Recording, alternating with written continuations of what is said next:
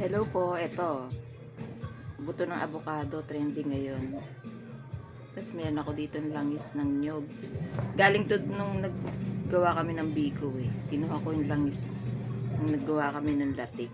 Ito yung langis na tinabi ko. Pero hindi ko inisip na gagawa pala ako ng trending ngayon. Yung buto daw ng avocado, mahusay panggamot sa mga sakit-sakit sa katawan. Tapos pwedeng ilagay sa alcohol, pwede din sa langis. Naisip ko, mas mainam sa langis eh.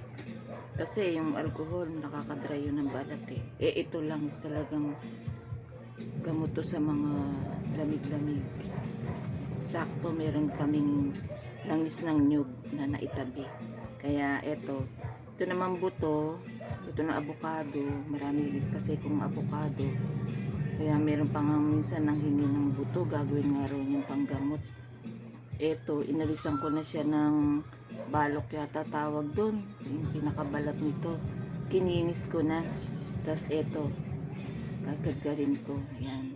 Mas gusto ko yung gadgad para mas pino siya. Yung iba kasi nakita kong video, kinakat lang eh, cut. Tapos lalagay dun sa alcohol o kaya sa oil. Isip ko, mas maganda yung gagadgarin. Kaya, gadgarin ko muna po. Yan. Hirap pala magadgad. Oo nga ako eh. Dumadami na eh, kaya pwede na maglaba eh.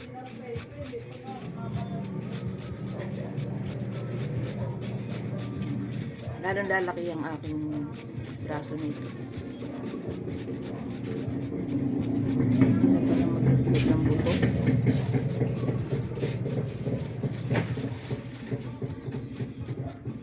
Lagi ko kasi naditinig, gamot daw to, gamot. Tapos may nanghihingi sa akin. Sabi ko, ano ba ginagawa to? Tapos ngayon nag-search ako.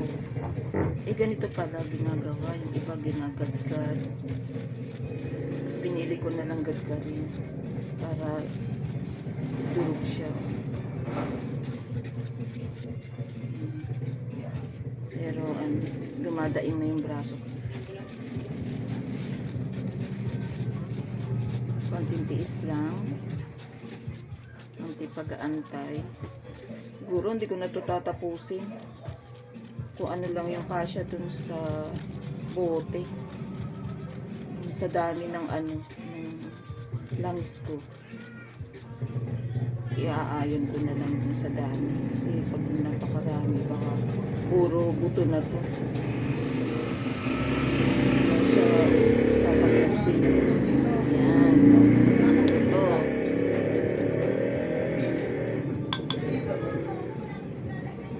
Ito na yung nagadgad ko na buto. Tapos talagay ko dito sa langis ng nyug.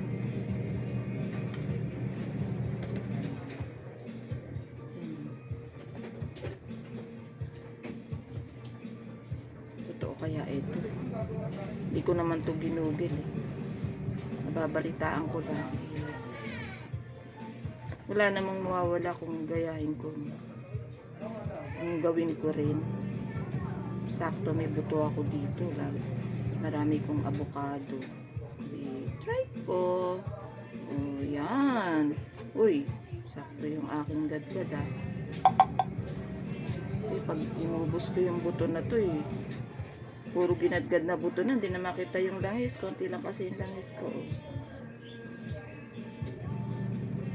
Tapos, ano daw to, mga 5 days pa na nakababad. Kahit siguro mga 4 days pag excited nang ipahid sa masasakit na kasukasuan.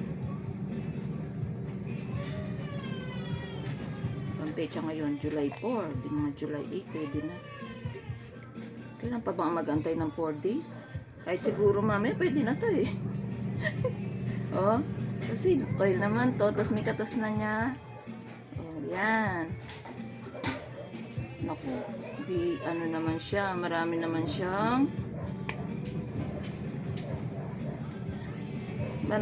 mga butil-butil na maliliit. Di pa ang hirap siguro i-apply yan. Hindi. Maliit naman yung butas ng aking Pwede siguro meron kang maliit na tela para yun.